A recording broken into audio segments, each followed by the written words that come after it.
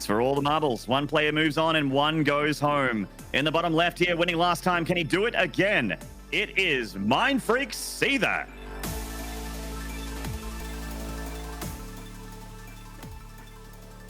And his opponent up here in the top right-hand side of the map, already sending a foraging overlord, hoping to spot the incoming proxy barracks. It's RiSky.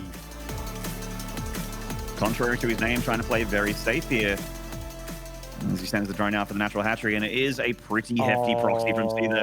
This is the build of a man that just does not feel like he can get those tank pushes working. Like a BC opener is a little bit, you know, he gets it into the mid game if he does that. So this is how you try and sneak a cheeky win, if not just get an advantage straight up. There's a fourth SCV. There's a fourth SCV, man. It's going to be a 4x. Oh my God. Okay, so there is, I've been watching a lot of Sue lately. A lot of us have a great Zerg player. Just like RiSky, he will scour the map for proxy barracks in all the common positions, but he'll never actually go across the map to check if you have a command center. Any Zerg who does this consistently, there is a glaring hole in that, which is, hey, wait a second, they aren't going to verify that you've expanded. You can build up a lot of units, surprise them with one huge wave, and then just knock them out of the game. And I mean, this is just the funnest way of doing it. Floating into the back of the base.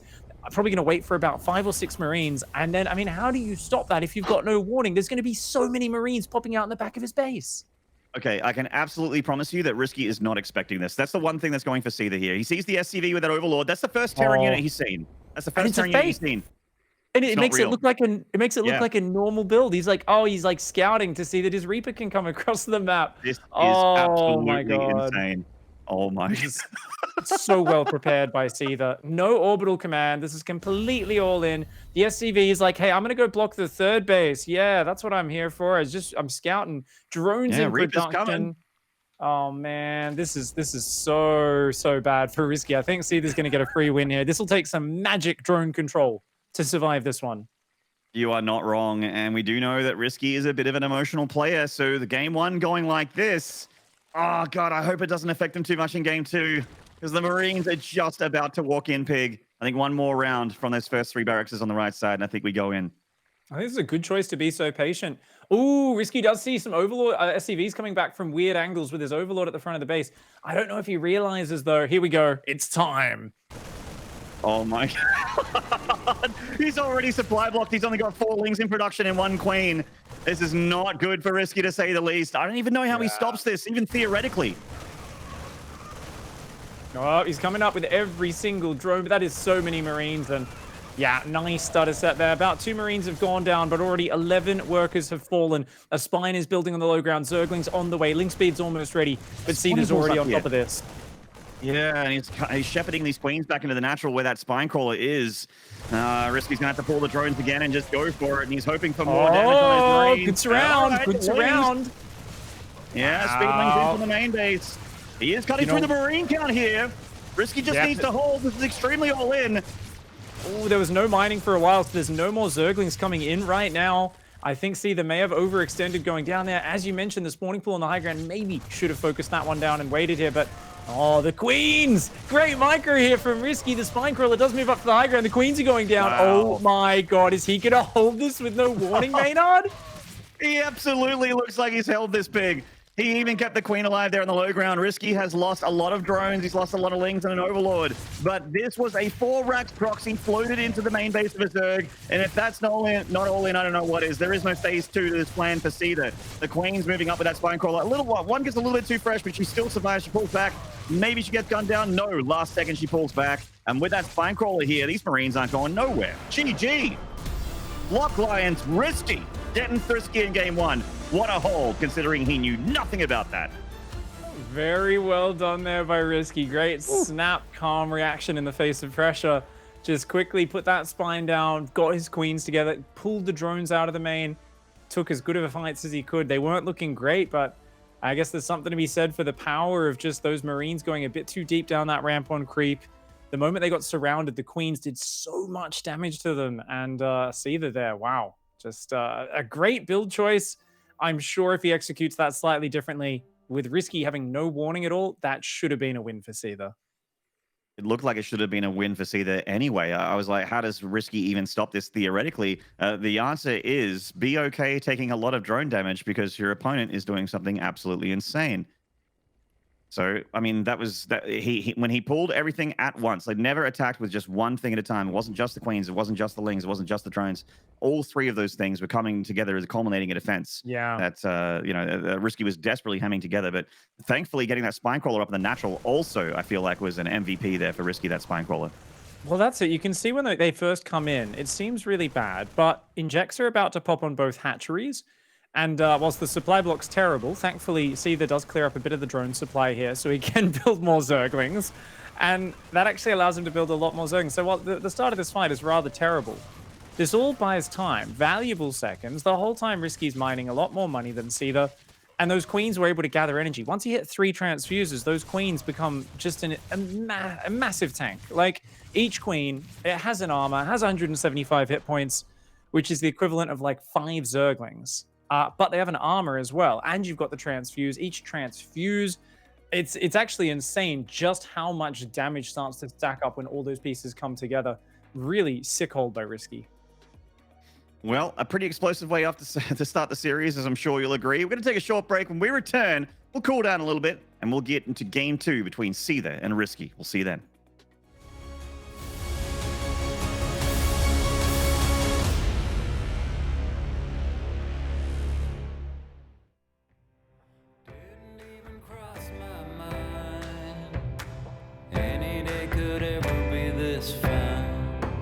There couldn't be a better time. All that I can see is sunshine. Oh, oh, oh.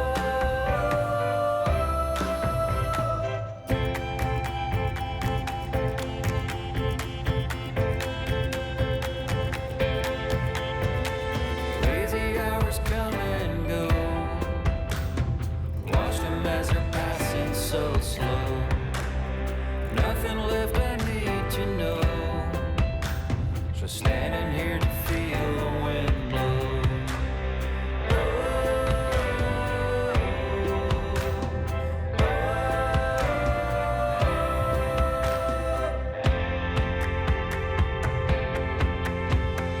Feel it in the morning, feel it in the evening, feel it in the dark night too. Floating in an ocean, sweet harmonic motion. Hope that you can feel it too.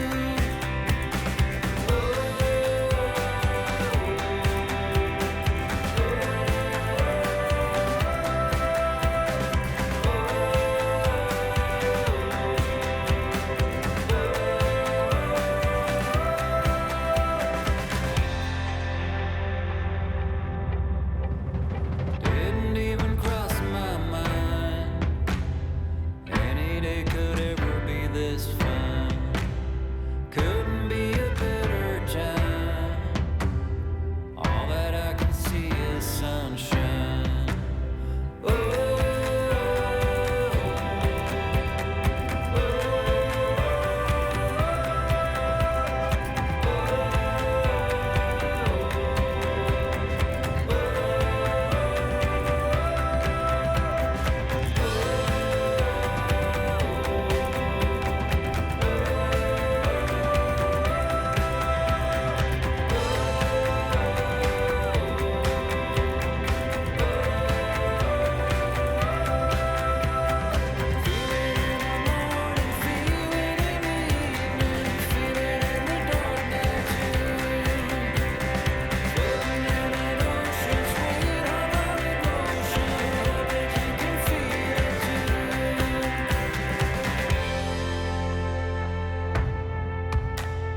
every word I hear rings true.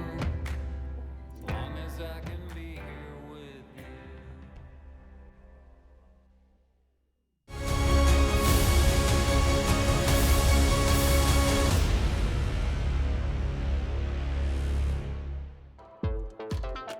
you. G'day guys, welcome back. A wild choice from Seither in game one. Keep in mind that he did win the series 3-1 last time, but I feel like all his games are a lot more macro focused. He had specific builds in mind for specific maps. This time, I feel like he was just throwing something at the wall and seeing if it stuck there. What do you think, Pig?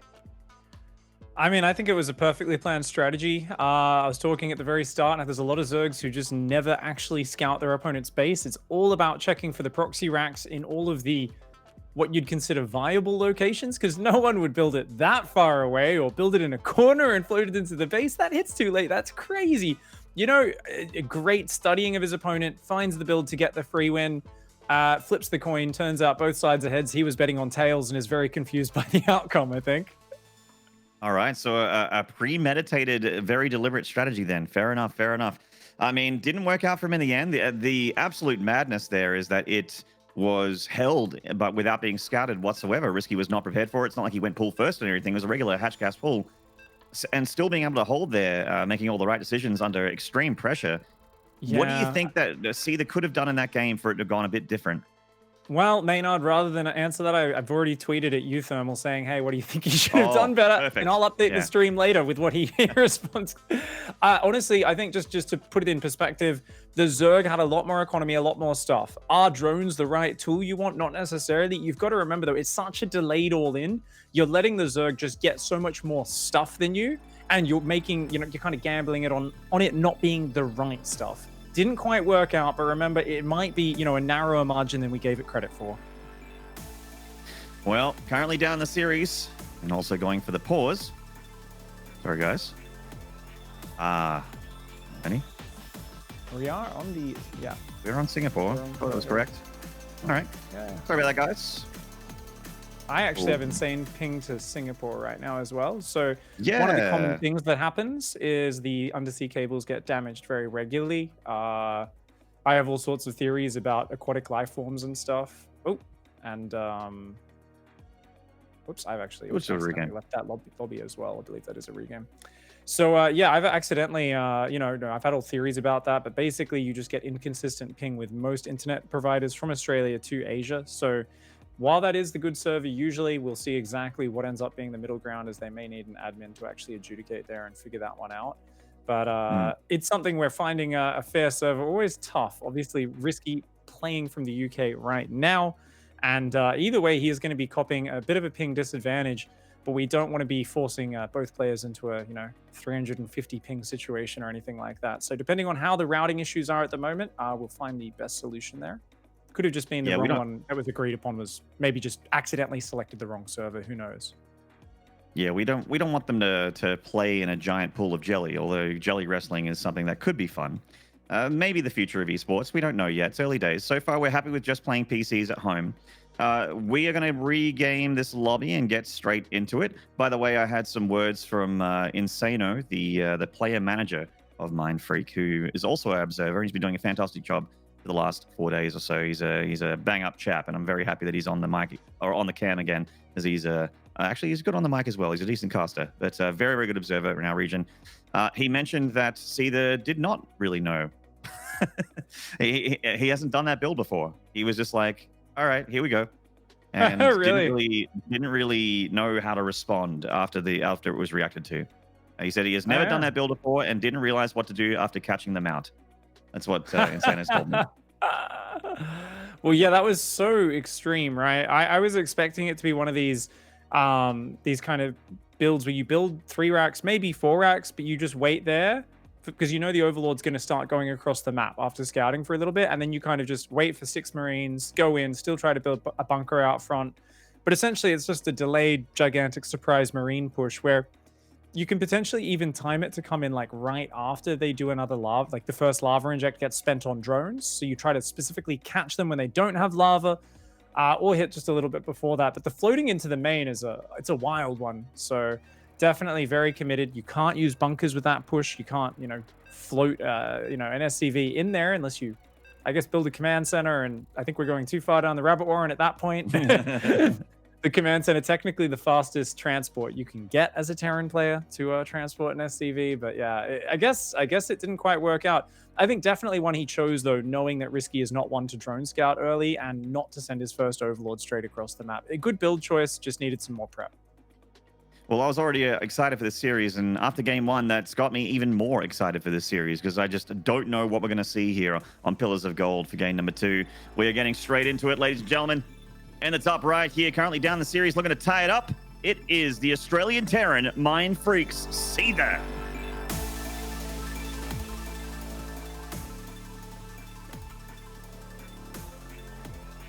And down here in the bottom left-hand side, the Zerg player, previously the favorite in this matchup, but he did fall to him earlier. He's got a statement to make here. In the red, it's RiSky.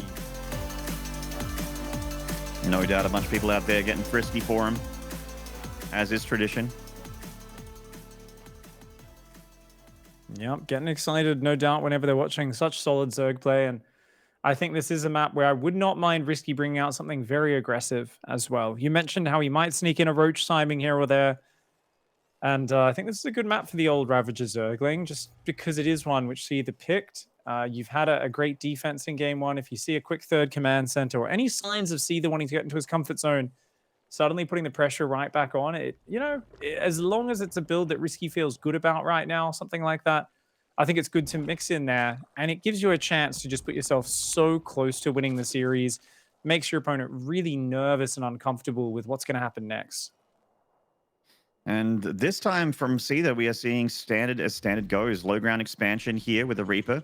Not even an SCV across the map. He's just relying on the Reaper for scouting. Oh, excuse me, that's the SCV. Reaper about to pop. Yeah, just the delayed scout. They're just checking the hatchery, nothing else. And the Overlord scouting, I mean, as RiSky, it's such a confidence boost to hold a build like that in game one without seeing it to the last second. You got to feel so just comfortable now. It really, such a confidence boost, and one which can really dampen, I think, the eagerness of the Terran player in that situation. Now, interesting, this drone here going around for RiSky. I'm not sure if Seither saw that. Yeah, trying to avoid the Reaper. Sitting by that extractor, or rather the gas guys that have become extracted just in case.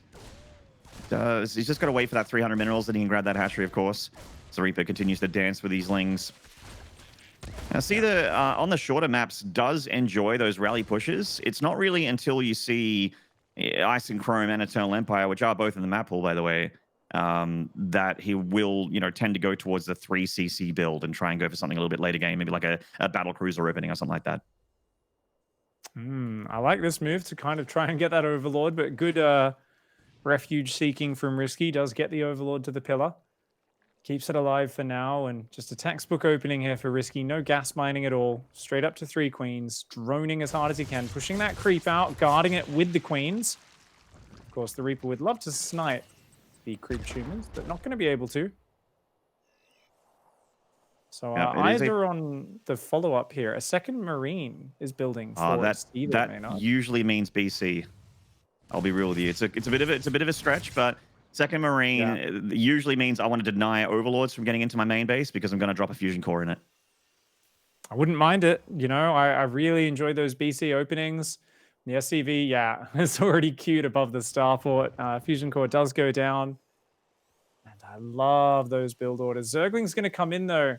Zergs have gotten so good at timing this recently. Zergling is in the natural of Seither, and will it see the fusion core? Ooh, denied. Yeah, not quite. Close, but no cigar. I mean, the add-ons being a little bit out of sync is strange here for RiSky's Ling to see, but it's still a hard thing to deduct. And he's continuing with Queen production, which is definitely a good start on paper. Indeed. 2 more barracks going down. This is going to be a 2-base push behind the battlecruiser Maynard. So this is the battlecruiser into 5 racks push. This is such a nice build. I think it was Time who almost beat Serral at like BlizzCon or something with this, a big tournament. This is a really surprising build. You don't expect a non-stop bio push behind a battlecruiser. So it's going to be Hellions and BC really just trying to distract, create a bit of chaos, deny scouting. And you always kind of go into this assumptive mode as the Zerg, where you go, cool, yeah, he's going to take the 3rd base. He's just going to be chilling after that. It's going to be all normal. And then there's going to be a surprisingly fast bio push, probably with siege tanks backing it up, that will come across this map. Well, just seeing the creep spread here from RiSky, all pretty standard affair. Just making sure that the Terran has a fight in his hands if he ever wants to get anywhere near his infrastructure. Stim starting behind the battle cruiser, which means very unlikely to see Yamato here, unless it's like a, you know, keeps making them, which usually isn't the case. It is a switch generally into just a lot of bio units and tanks. As the roaches start to pop out here for RiSky. And that first BC, I mean, there is a lot of queens. 8 out and 9th building right now. And of course, the spore in each base as well. Roaches on the ground. I think the real tip here for RiSky is, you know, he's perfectly positioned. I think it's all about Seither not overcommitting. You know, oh man, that's a aggro blink there. Yeah. I mean, usually with Roach Warren, you kind of would, or at least the risk of a Roach Warren, you'd want to kind of float that thing across the map. But instead, Seither gets 4 drones and takes a ton of damage on that BC. It should survive. Oh, look at that queen count. Now RiSky going to go Spire here. And I don't think RiSky's too upset with that hold. I think he's happy with it. Oh, this is like perfect. He just gets to drone up now, take a 4th base. He's got some roaches even going for an opportunistic pressure here. Now, if he can even get wind of the fact that there's no 3rd command center, that would be huge. Yeah, I mean, this is one of the strongest things I feel you can do against a guy that has a BC floating around the map here and trying to go into bio is to, you know, just sit back, take your time, be on the back foot, but get all your tech sorted out. RiSky's getting like 4 Evo chambers right now. He canceled the other 2. That was a misplay there from RiSky. Oopsie daisies. Yeah, RiSky has no idea that there's no 3rd command center either. So even though everything's gone perfectly for him so far, if he goes and builds a big round of mutas, starts making corruptors, I mean, he needs to mass units. He can't build any more drones. He's got good creep. He's got such a good start and good defense harassment. Don't get me wrong. I still think RiSky's in a great position. I just worry that he doesn't realize how heavy this push is. Now, these Zerglings coming across the map here for RiSky are scouting, and I think now he's going to start to get wind of the fact that, hey, wait a second, surely something's up. This is such a scary push coming out of Seither. Yeah, I mean, there has been multiple times where RiSky's just been a little bit greedy. You know, we mentioned he's a bit of a greedy boy because he likes the later game. He's the stronger player, so he likes to just stretch the game out. As the later game, generally the better player wins. Sometimes there's no Baneling nest. Too many corners. Oh my god, you're right. He's going to have to rely so heavily on these roaches. He needs a good roach count here. Yeah, oh, he's going to hit the supply block. Those roaches chew up a lot, so Overlord's on the way. I think Ravagers would be amazing to slow things down. The Queen's very tanky, the Roach is very tanky. Don't get me wrong, RiSky has a chance here, but his Roach speed isn't quite ready. He doesn't have Ravagers yet. Seither's just going to dive on it. A crazy attack, but I think it's the right call from Seither, and he's even got the SCVs to back it up. No Banelings to slow this down. It is completely blindsided RiSky, and he just blasts through the first army of the Zerg. You are absolutely right there. I would never recommend going for a boy pool against the Zerg, but if they don't have Banelings, absolutely get in there, Tiger. Sort them out. The Stim Marines going up that ramp. The Battlecruiser tactical jumps back home just to try and keep him as safer from the mutas, but I think Seither's not done with this damage, Pig. He's in the main. Goodbye, Baneling Nest. I think RiSky's cut too many corners here, and he's getting punished a little bit too hard for it. You know, he does have a chance of hanging on. Remember, RiSky made a miraculous hold in game 1 from a terrible situation, but yeah. Well, yeah, I guess when they have combat shields and Stim, the Marines do a little better versus the drones, Maynard. I mean, if drones were better than Stim Marines, Pig, then I might have a strongly worded, handwritten, cursive letter there for the developers of Blizzard Entertainment. But you know what? I'm lucky that we're all lucky that the game is the way it is. You know, things kind of make sense. Some people will argue otherwise, but I think everything makes sense in its own right there. And look at that, a tied up series already. I was a little worried for Seither after game 1. I thought that he was just like, you know, Seither does sometimes just sort of give up, I guess. You know what I mean? Like he feels like he's run out of steam and doesn't give his 100%. But I'm pleased to see that win on the board. That leads me to believe that Seither is going to be a little bit more motivated going in later on into the series and is able to shake off game 1 and move on from it, which is great. Yeah, every now and then it feels like he loses faith in his builds. But, I mean, this time, I think the first build was still rather brilliant, honestly, considering the scouting pattern of RiSky. And this one here, everything was coming up RiSky in terms of the early interactions. But when your opponent's going for a big surprise attack like this, you have no idea. And you're caught here. It almost looked like he was setting up for mech, right? He's like, hey, you've gone battle cruiser. I got lots of queens. I'm going to go roaches and roach speed. Let's get out some mutas. And then suddenly, oh, he's going bio. Okay, that's fine. Suddenly, no. There's a bio army in your base just smashing through. And it's like, if he knew that was coming, he would have just made as many ravages, as many roaches as he could. He would have started trying to skirmish with that army the moment it hit creep, use things like corrosive biles, forcing out stims early. And of course, the Baneling Nest. As we mentioned, that Baneling Nest, I mean, suddenly an SCV pool, Marines just having absolutely no care for safety because they're only going up against low damage roaches, able to just force the fight immediately. That's the one thing that Terran players normally aren't able to do because there's Banelings on the map. So getting caught there into kind of anti-mech roach mutilist tech, not able to perturb that push. The Marines just a killing blow. 5 racks, only 2 command centers, another big all-in from Seither. Very aggressive play. He clearly does not want to play a straight up late game with RiSky. Clearly. Do you feel like that was just a lack of scouting on RiSky's behalf, or maybe just making an incorrect assumption, maybe assuming mech? It's one of those things that's such a niche build. It's the last thing you're thinking about. You just assume there's a 3rd command center, right? So technically it is bad scouting, but it's understandably bad scouting, and that's exactly why Seither chose this build. So I think it's great build choice from Seither. There's a reason we see that build, 1 in every like 35 competitive games, you know? You pull it out very rarely so that your opponents don't see it coming. Well, this man down here, he's already pulled out some great builds in the bottom left. Let's see what he's got. It's Seither. Oops. It's another Did we do it again? Yeah, we did. Giant thing here. Oh. He just needs a bathroom break in case you're not too familiar with the abbreviations, guys. That's what that, yep. That's right. You know, yeah, just got to have a quick one. And no doubt we'll get that one rehosted, guys. Apologies for the issues. Nothing like our EPT adventure a couple of weeks ago where the patch had broken the ability to host games for a day. And we were doing yeah. Was it special and Clem? Solo, right? It was special solo, that's right. and we had to resume from replay from practice games that he'd had with Rogue. It was like every game, it was like resume from or recover replay, take command feature from 1 second into the game, and what a complicated affair that was. But this should be all good as the next lobby is already getting up and we are restarting.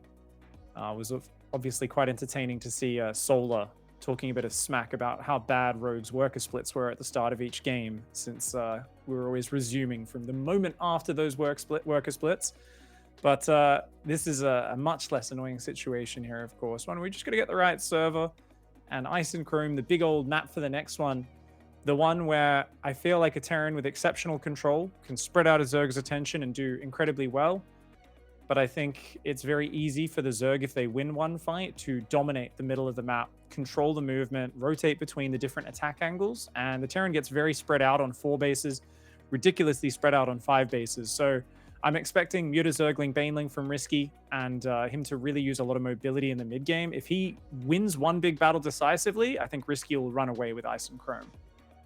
Yeah, such a roomy map, you know. Seither did get the victory against RiSky on this map last time they played on it. It was another BC build that, in fact, this is the map that had the infamous lull on it there, when Seither just kind of went right up the guts with a big counterattack. RiSky throwing a few too many units away, trying to break the Terran. He did so much damage to the economy of Seither, and unfortunately, not only, you know, threw a lot of Ling Bane away, but also I think lost his mutas twice in that game, if I'm not mistaken. Like, his mutas were in the middle of the map, not being super well looked after. They got stimmed down by the Marines in the middle during Seither's push. So one blunder from RiSky is all it took for Seither to just run away with that one in the end.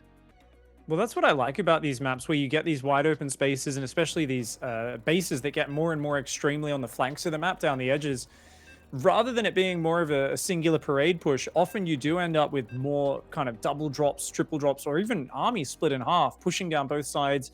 You see bigger splits of the Zerg army into 2 halves to try to backstab, to try and defend both sides of the map. And there ends up being a different level of kind of managing the rotations between where your army's situated. Are you being defensive, offensive? And there's an art form to it. Each map has its own kind of characteristics. But Ice and Chrome especially, I feel, definitely a map where that skill set gets rewarded to an entirely another level. So we are in here. Let's launch in. And this time, up in the top right-hand side of Ice and Chrome, the Red Zerg. It's RiSky. Yep. Happy to see that ping looking a little bit more generous here. So we are going to be able to actually play the game.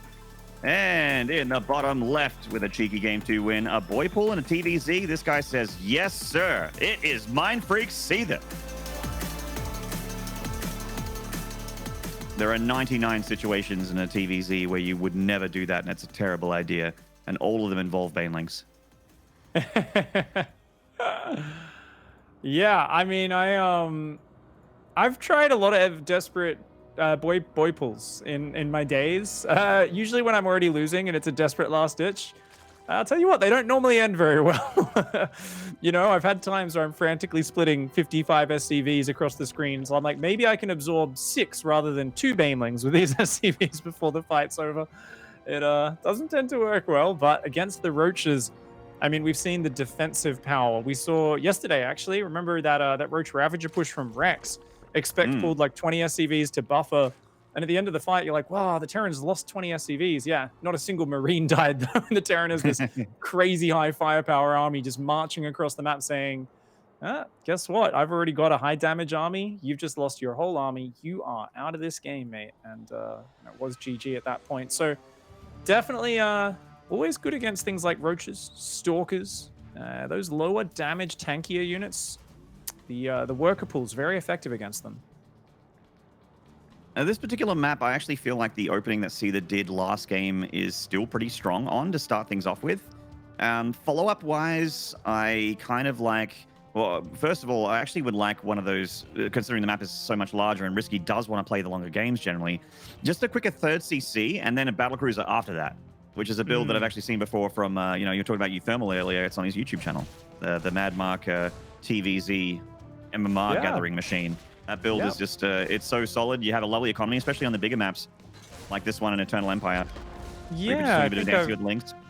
Definitely felt the pain of a solid battle cruiser opening, especially when it goes into the battle mech, and something that doesn't get played too much at the moment. But I think it's such a great one, and big shout out, of course, to I believe it's just Liquid Uthermal on YouTube, where he's got those guides up.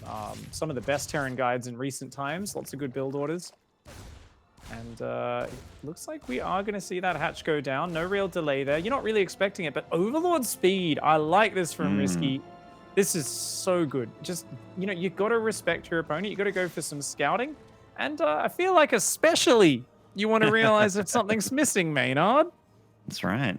Normally with a 1-1-1, there's, you know, 3 structures in the main base of the Terran, but unfortunately, Pig, one of them isn't. And this is probably Blue Flame, right? This is like the Blue Flame Hellbat build, yeah?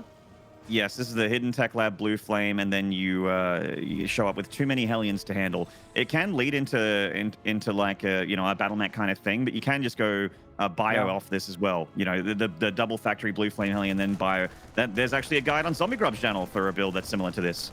And RiSky's Overlord, everything's going to look relatively normal apart from the lack of tech labs. Yeah.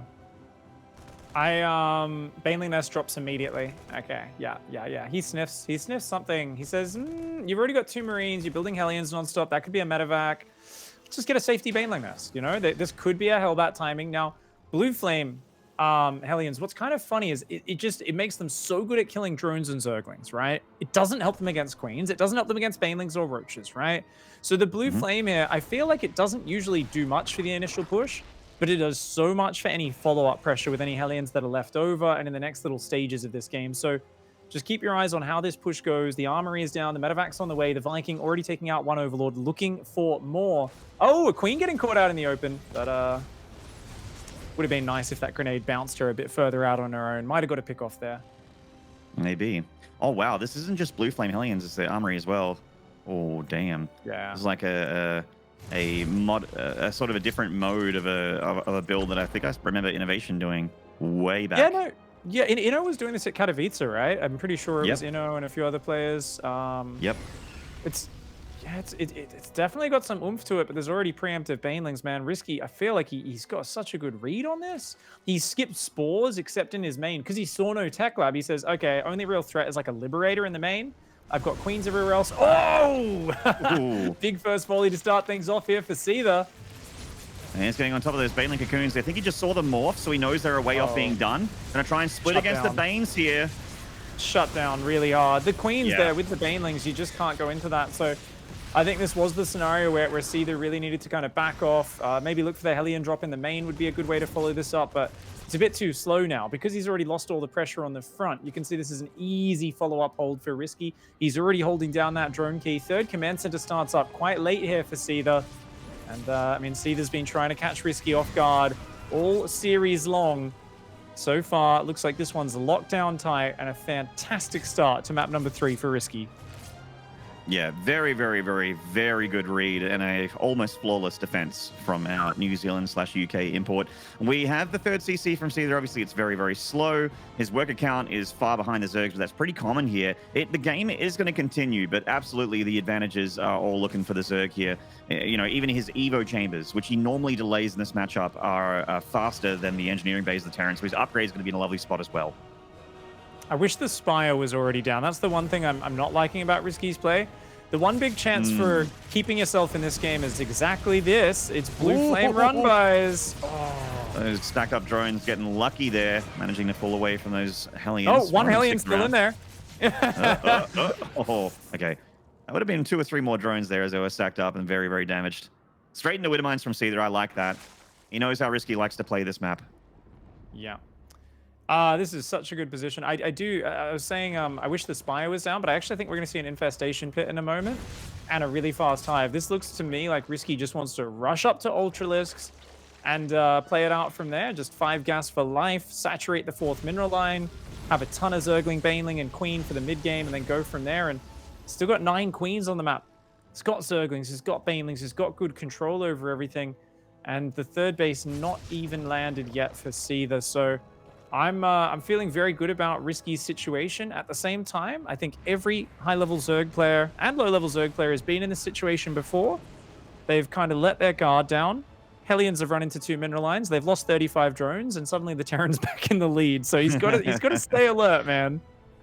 That has happened before, and it could potentially happen again. We don't know if it'll happen in this game, but we'll see. 4th CC for Seither as well, so his macro machine absolutely kicking in. I have to give a shout out, by the way, like even if Seither loses this series, his macro continues to be really impressive. When you don't know how much this guy's been practicing, it's always impressive to see him not really ever float money at any point, unless he's like losing literally all of his production facilities to like a run by or something. Speaking of big Zergling run by, nothing at home. This is going to be a big disruption here. Yeah, RiSky just poking here. This is risk-free investment. You could always just pull back if he sees a lot of tanks or anything like that. Oh no, the Widowmines on the SCVs! Luckily, it doesn't kill too many SCVs there, but the Lings definitely get some damage done. Seither's army even getting pulled back to deal with it. And that's good news for RiSky, giving a lot more time to replenish those forces, as well as just being happy with that 7 SCV damage and some denied mining time. Very good stuff from the Zerg. Widowmine drop on the right-hand side, coming into the third base of RiSky right now. Drilling Forge is not done. And so that does get shut down before the Widowmines can even burrow. It's looking for a bit more distraction, but on its own, not that powerful. I mean, Widowmine drops, I think, such a powerful thing as the game goes on in the later stages. But when it's the only thing the Zerg has to deal with, when RiSky's got this much control, it's not that big a deal. Very cute play there from RiSky. Seen that once or twice before.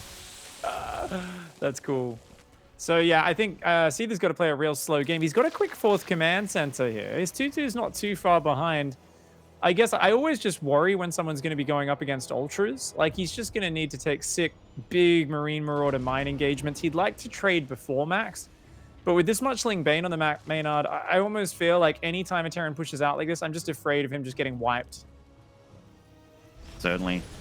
These Hellions, I mean, not many of them, but they look like they might be able to handle the Lings as long as they don't die to the Banelings. Never mind then.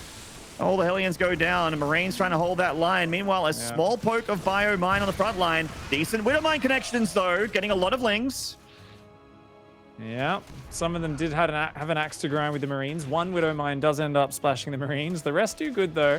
I like the continual Widowmine drops. Once you start creating a bit more action here, and I really think Seither needs to get rid of this creep that's getting up onto his high ground on his side of the map as well.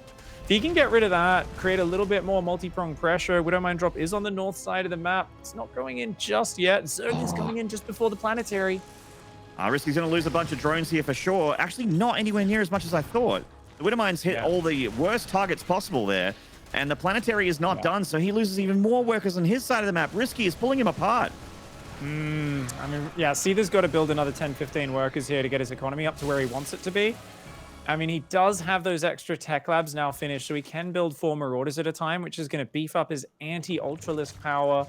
Spire only now starting. So, you know, Seither, he's able to be annoying with these drops, buy himself time.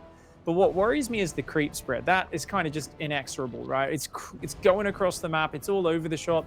And I almost feel like RiSky here with how much room he's had in this game. He's being very careful and patient. I almost wouldn't mind him doing a bit of a Rex, you know? 30 Banelings roll into a planetary, that sort of thing. I think he's got so much money. Like, he could start trading a bit more aggressively.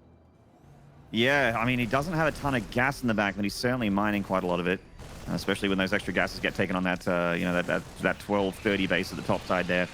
And we are going to have a commitment from RiSky on both sides. It's so hard to micro.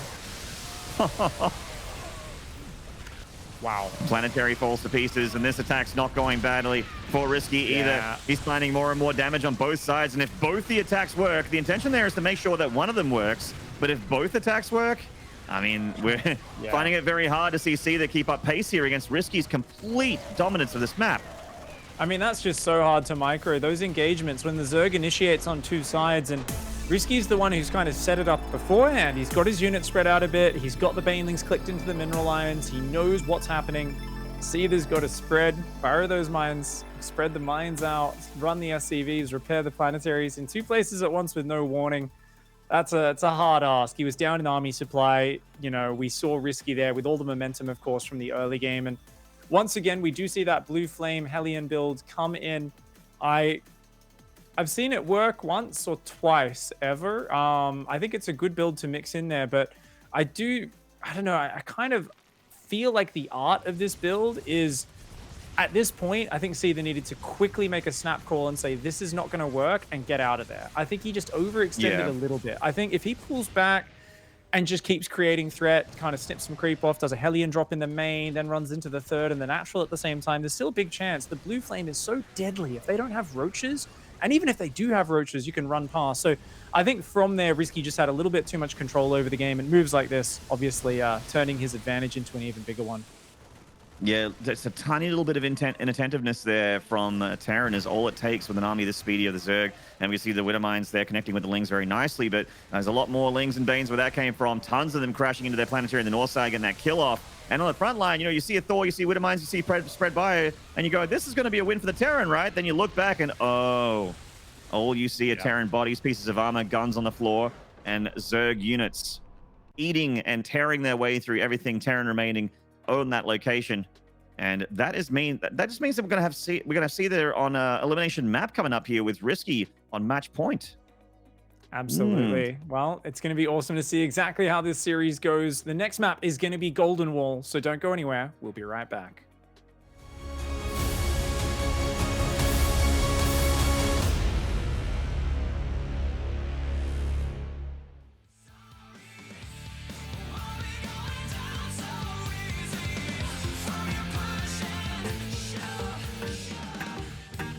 Never let them get you down.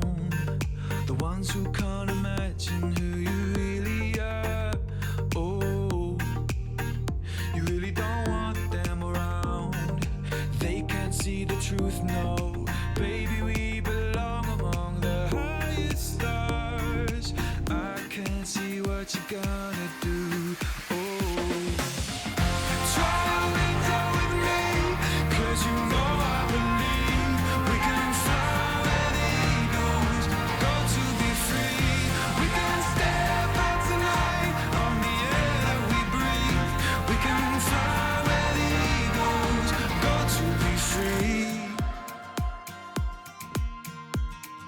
Never gonna let you go.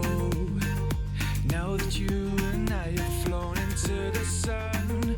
Oh, we're bathing in the afterglow.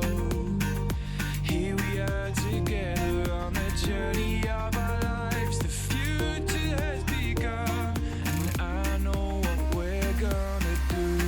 Oh, try to wings out with me, 'cause you know I believe.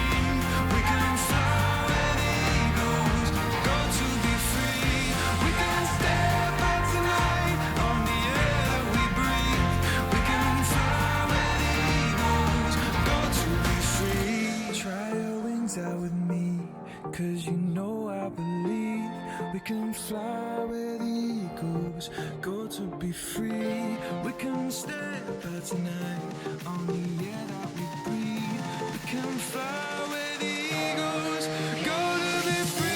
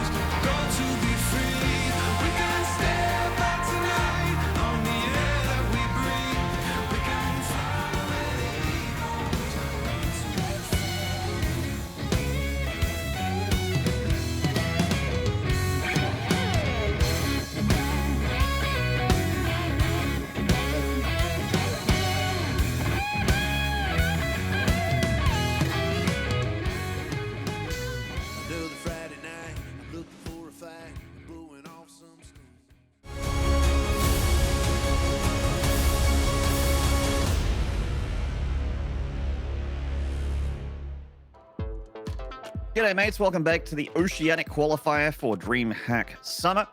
We are on potentially the last map here, unless Seither pulls up his socks, with RiSky currently on a 2-1 lead in this best of 5, getting the win on ice and chrome. Seither went for a very cheeky opener. I liked where his head was at, try and pull a fast one on him, but RiSky was just reading him too well and reacted too well. And the other thing that made sure that RiSky was just going to clinch that one was that from there on, he just made very few mistakes.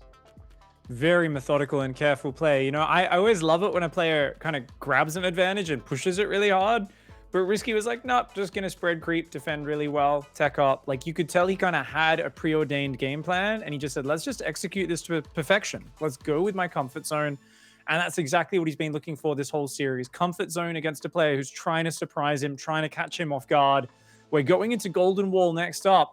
And I imagine we're going to see Zerg scouring the map looking for surprises, because this guy over here, it's all been cheeky plays. It's all been him bringing out those proxies, those wild build orders on the left-hand side of Golden Wall. Once again, he needs a short bathroom break. He has a small bladder. This seems to be the way things go at the moment in this series, where we are on Singapore. I've got the server list up, but the ping is just ginormous. I'm not sure what's happening with it. This feels like my my ladder experience. You know, anyone who tunes into my stream, they're like, "Oh, cool, we got an X matchup," and I'm like, "Wait until they stay in that." Nope, he left. You know, they're like, "Australia server, no." Half the time, you know, I'm like, it was actually US West. And they're like, no, I don't want to play Australians.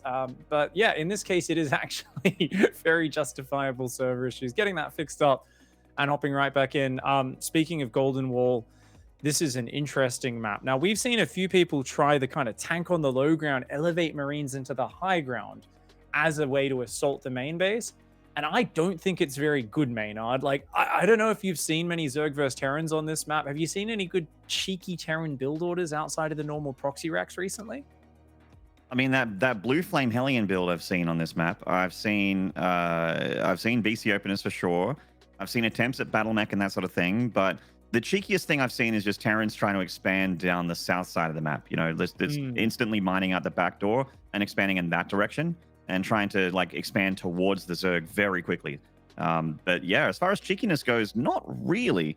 It seems to be the Zerg that wants to sort of go towards the gold base and sort of go up that edge of the map there as well.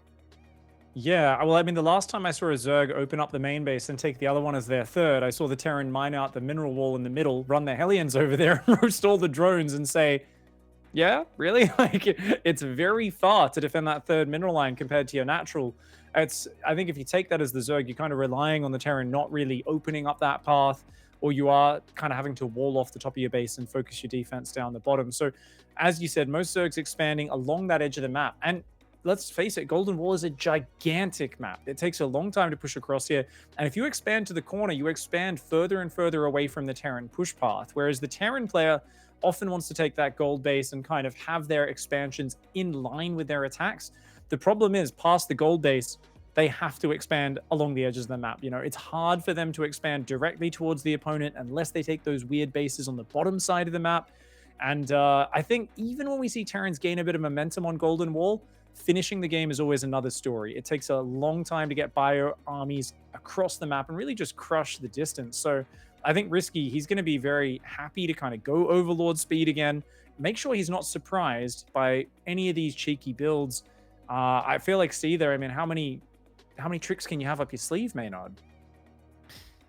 Yeah, I think another thing that's potentially all right on this map is maybe like a Hellion drop in the main base while trying to push somewhere else. That because in every matchup there's that extra just little bit of dark area in the main base where if you haven't got an Overlord there, if you haven't dropped a creep chamber in your main, the Terran will generally have a spot in your main base of Gold Maul because it is such a luxuriously spacious main base.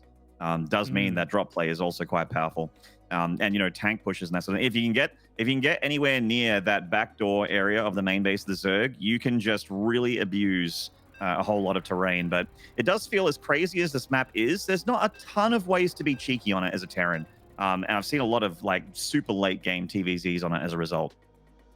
And we saw some great play on this map from Rogue with the heavy meter play against Tasia the other day in GSL. I say the other day, it was literally yesterday. Where, you know, I actually thought Tasia was looking great in that game, and then we saw what looked like a medium commitment to mutas turn into about 1,000 mutalisks and just really abused the Golden Wall, the actual big site blocking kind of thing next to the main, found the openings and did a lot of damage. But this man over here, he's been unpredictable. He's been bringing out those crazy builds. Let's see what he's got. It's Seither. One more life for him here in this qualifier. He'll have to try again next season because this bloke's on match point. On the far right, the New Zealand UK Block Lions player, it is RiSky. Frisky for RiSky. He has all the comfort right now in how this series has played out. The only map he's lost was a big old surprise to him not seeing what was coming. He defended a wild all-in where literally 8 Marines appeared out of the corner of his main base at the 3-minute mark. If you guys have just tuned in and you missed the first game in this series, after this one, just go back, check the VOD. An awesome hold from RiSky in that first game. And I think ever since then, he's been very confident. As I said, I would not be surprised to see him go for Overlord speed or to just really be sending in lots of Zerglings, sacrifice an Overlord. Make sure that he's not going to be surprised by anything. I think RiSky is happy to play a stable, solid game. And it feels like Seither does not have that confidence. Well, yeah, that's the thing, is confidence here. That's what I've always been a little bit worried about for Seither. He knows that he's good at the game, but when you're up against a player that's you know, just so solid, and especially in the late game, they can feel so overwhelming. You know, RiSky, his creep spread is always everywhere. He seems to be able to react to several things at once, as well as just not missing a beat with his macro, never missing his upgrades, getting his tier 3 exactly when he wants it. And that's like all the markers of a scary Zerg player. And then you can just start to get dejected. You can start to feel like, oh, it's, you know, woe is me, I don't have anything going on here, and then fold. And that's what I'm always worried about for someone like Seither, who, you know, has in the past sort of, you know, just took it from his opponent because he didn't have the, I guess, like that underdog fighting spirit that someone like, say, an NXZ or, you know, or RiSky himself would have. It can be hard as a Terran player as well. The fights can be very one-sided, both in your favor or against you, just due to that high damage, very low hit point, glass cannon nature of pretty much every Terran unit. You've got the highest range army, the highest damage output, especially when you play bio, but your units are fragile. You know, you don't have all these extra things giving you defender's advantage in terms of like vision and mobility, like creep spread or warp ins. You've got great defender's advantage in terms of defending walls, right? Using bunkers, using siege tanks, but you're just not as mobile defensively as the other races. So you tend to want to be a bit more aggressive. But I actually like the change up this time from Seither Maynard. It looks like he's going to go for a third command center really early on, delays the second gas geyser, just delays his Hellions a little. I really like this opening. I think it's time to just trust in that bio tank play, get your multi-drops going, and show some solid TVZ. And I do think that third's going to go towards the gold base as well, because as a Terran, you kind of want to expand towards the Zerg. And with that gold base, especially if you're playing bio, that's a lot more Kashish for those Marines and SCVs as well. So you can really have that extra bit of a mineral injection, not as many workers needed for a ton more income. So It's the power of that gold base and just having a forward position, you know, that you can just rally to that base and be heading towards the Zerg, which is always great. And of course, there is not really any serious pressure off this opening. That is one of the change-ups. Overlord comes in and sees no tech labs. So RiSky, of course, is going to be aware of the fact that, hey, don't really need to worry about any battle cruisers or anything like that. He's going to go for that quick Baneling nest again here, making sure he's safe against any potential Hellbats. But just a Liberator and Hellions for now. So I like this for Seither. Feels like RiSky's really played very safe throughout the series. I don't think you're looking at this as a Terran player and going, hey, in these past few games, RiSky's been disgustingly greedy. He's gotten 70 drones so early. Oh my god, like, I need to do damage. I don't think you're looking at that. I think you're looking at very standard Zerg play that maybe errs on the side of safety. So just being careful, methodical, poking with the Hellions. And if you do want to dive with them, you only want to do that as the Lib goes in. You never want to do a one-directional pressure here. I mean, RiSky's another one of those players who kind of like Patience, kind of plays opposite to his namesake. You know, Patience, not a very patient player, and RiSky also not a very risky player. He is just so solid and so careful with his play. And there, of course, Spore Crawler's going up with that main base just to make sure the Terran is going to get the drop on him, literally. He spotted the Lib coming across the map, immediately dropped a Spore, and is even already moving his Queen off creep into the main, but the Lib's actually coming in from a different angle. So it just dances around the Spore, but 2 Queens already on it. So really great reaction from RiSky here, and the Liberator achieves nothing. And that's a 300 resource unit for absolute bupkis there. Well, I mean, it did deny a little bit of drone mining, I suppose, but not for that many resources. You wanted a lot more than that from Seither, I'm sure. And he is floating that third command center over to the gold base here with his 1-1 starting up. The Overlord of RiSky confirms it, though. So it is known to the Zerg. It is known. Going up to 4 gases, double Evo chamber, quick Bane speed. He wants control on the ground. Similar to that last game, RiSky wants to be able to stop any momentum being gathered with any early Marine tank push. He's not rushing up to Mutas. He's not rushing to Hive. He's saying, no, I want to win the Ling Bane fights. If I can hold back the first few bio pushes and pressures, my creep will get out of control, and that will buy me just massive flexibility in how I can play the rest of this matchup. The Hellions is trying to do whatever they can here. A grenade to just juggle everything up into the air. The Hellions are actually trading all right against these Lings, but they are getting some surrounds. Oh, good stutter step there from Seither. A little bit too close to those Queens. And 3 Hellions live to tell the tale. Takes a lot of Lings' lives with him. He's killed 17 in the game so far. That gold base income, as you mentioned earlier, Maynard, always a big boost here to the Terran, and 4th and 5th barracks adding their reactors. I think just the speed that the barracks 6 to 8 go down, you know, those extra 3 barracks with tech labs is a big power point for Terran. You know, early on it's like, hey, I've got some Marines, I've got some Hellions and a tank or 2. It's a powerful force, but it's a different thing once you add a bunch of Marauders with concussive shells in there, slowing down Ling Bane, getting them all caught up on them, tanking masses of Baneling hits, and you add Widow Mines to that, and suddenly things get very complicated if the Zerg doesn't have any Hive units. Small cluster of Marines trying to hold on to that natural wall. A good rally there from Seither. Picks up an Overlord and a handful of Creek Trimmers as well. Both players being so careful. They're just desperate not to make a giant throw here, not to do anything crazy. Just to get up to the later stage of the game. And RiSky's dropping that infestation pit. He's about to head towards the to the tier 3 tech here, skipping the Spire completely. No Hydrogen, no Spire. So just going to go straight into Ultras by the looks of things. Similar to last game. I like the choice. Of course, there is a lot of drop angles on the bottom side of this map around the main. I wouldn't mind a bit of a quicker Spire than what he did in the previous game, but definitely the Ultra Tech and the Adrenal Glands, that sort of stuff, you know, some of the most important upgrades that can come in there. Very careful play by Seither so far. Comes forward, tries to get the Queen, but good rapid transfuses from RiSky there. And the creep, it's getting out across the map. That 5th base getting established up on the high ground. And, you know, Seither's just kind of chilling, adding a 4th command center. This is really going to go to the big stage. Seither has not found a moment where he can force trades.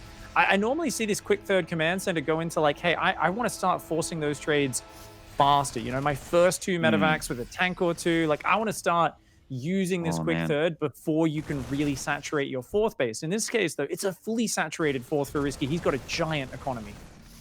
I really love the idea of this giant counterattack from RiSky as well. Seither is out of position for the most part. He might be able to get a cancel on that base in the low ground as well. Goes for the tanks. Knows that they're a prime target when the Buyer's not in front of them. Baneling's looking to connect with the Marines.